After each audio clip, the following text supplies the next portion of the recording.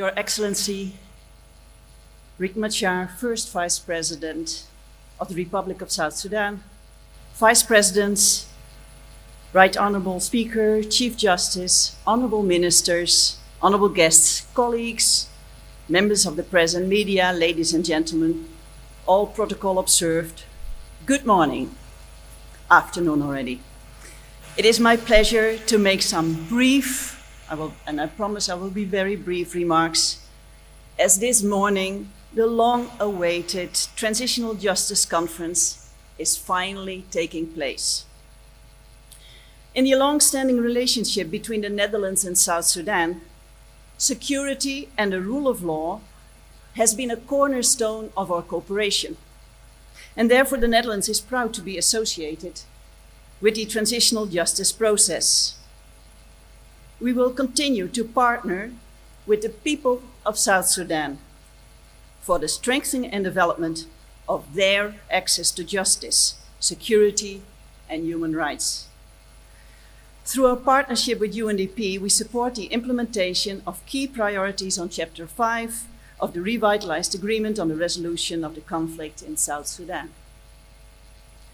With reference to the speaker before me, in 2021, the Netherlands and UNDP signed an agreement to support access to justice, security, and human rights strengthening in South Sudan for a total of more than $14 million. This signature marked the continuation of our earlier cooperation on the rule of law to create the condition for the people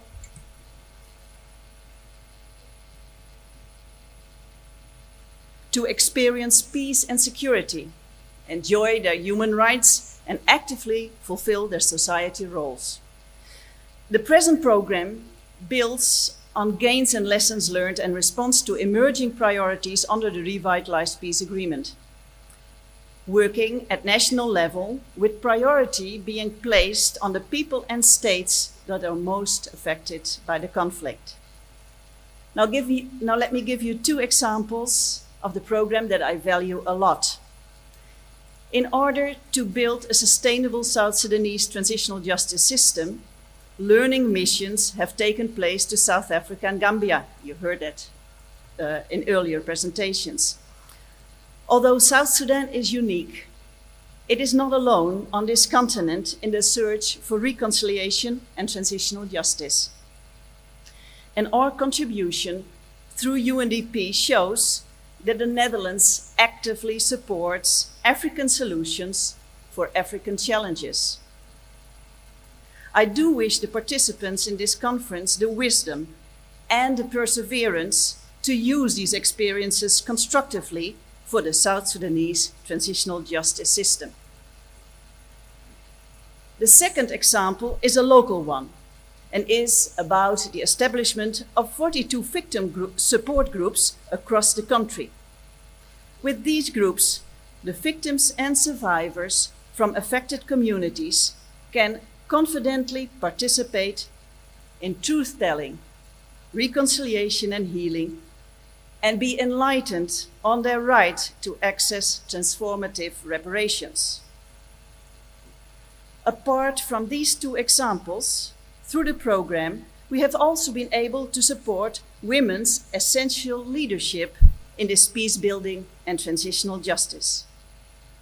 The Netherlands would like to acknowledge that the Commission for Truth, Reconciliation and Healing and the Compensation and Reparation Authority bills have been drafted and will be presented by the Ministry for wider stakeholder discussions at this Transitional Justice Conference. And I would like to commend the Minister of Justice for all his hard work. It is my humble wish that this conference will create the necessary trust to deliberate on these bills frankly and positively, putting the people, particularly the victims of the conflict in the country, above individual interests. Equally, I call upon the revitalized Government of National Unity to demonstrate political will, but to also secure resources for speedy operationalization of this crucial chapter of the revitalized peace agreement. in a process that is already lagging behind, seize this moment to lead by example. I would like to congratulate the revitalized Transitional Government of National Unity with the progress made so far in establishing the transnational justice mechanisms, including the hybrid court to try war crimes. I expect nothing less than that this conference will lead to the formation of the transitional justice mechanisms that are part of the revitalized peace agreement, and that the people of South Sudan are one step closer to a just and peaceful South Sudan.